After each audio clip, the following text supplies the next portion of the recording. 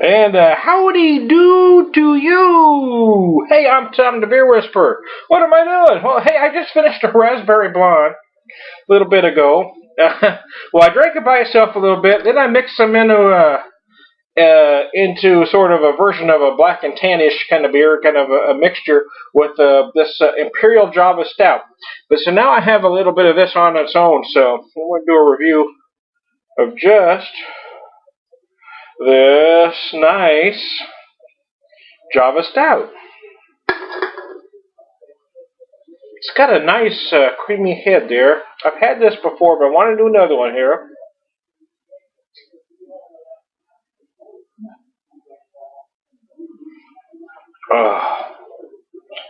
This is an 8%. Let me read their can here. Brewed and canned at Santa Fe Brewing Company. It's an 8% great big coffee stout, Imperial Java Stout, it says. It's tasty. Kind of a purist. I'm not a huge fan of breweries adding a whole lot of flavors to stuff. But this is good. And sometimes you want to change, right? I mean, it is the winter time. Well, it's fall, actually. But, you know, it's getting cooler. You're thinking about stuff like that.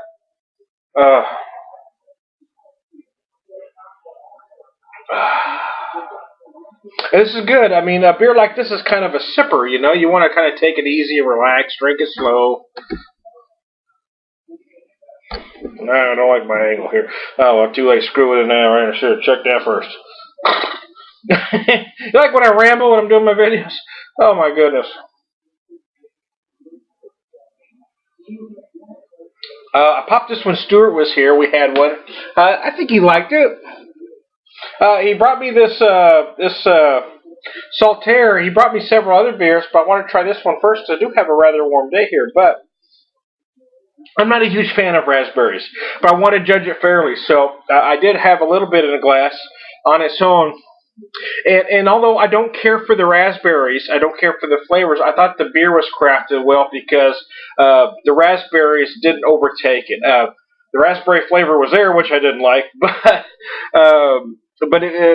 the flavors of the beer were incredible. And I guess what I'm trying to get at is I could tell by drinking it that it was a well-crafted beer. That's what you're looking for. Maybe not every beer is right for your palate, but you have to be able to say, well, was it done right? Was it done well for that style? And I'm going to say yes. Even though raspberries aren't for me, if raspberries are for you, and you ever get to Yorkshire, I'm recommending this because that's probably the best raspberry beer I ever had. It's one of the best fruit beers. I would have loved to taste it with another fruit just to see, because it's actually phenomenal. The finish on it was exquisite. If it was just not for the raspberries, I probably would have dug the hell out of it. So, but that's why I decided to. Let me see if I can just. I got a glare here. It's driving me nuts. No, it's still bad, but anyway. I decided to mix it with the coffee stacks. I thought, well, raspberries and coffees, that should be a blend that works together. I didn't have a chocolate stout. That probably would have been the more ideal.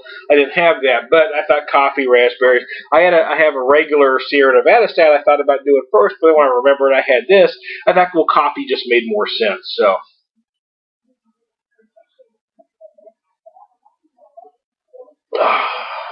But on its own, this thing's fantastic. It's phenomenal. It's one of the best coffee stouts I've ever had, actually. Imperial.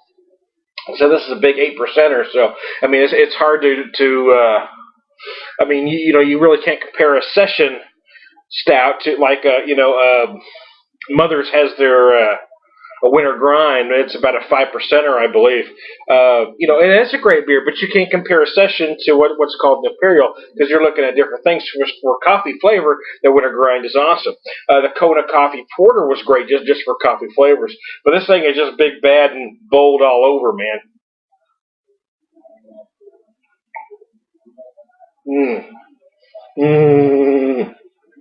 Oh. Coffee mouthwash. Anyway, hey, I'm trying to beer whisper. I'm getting the hell out of here.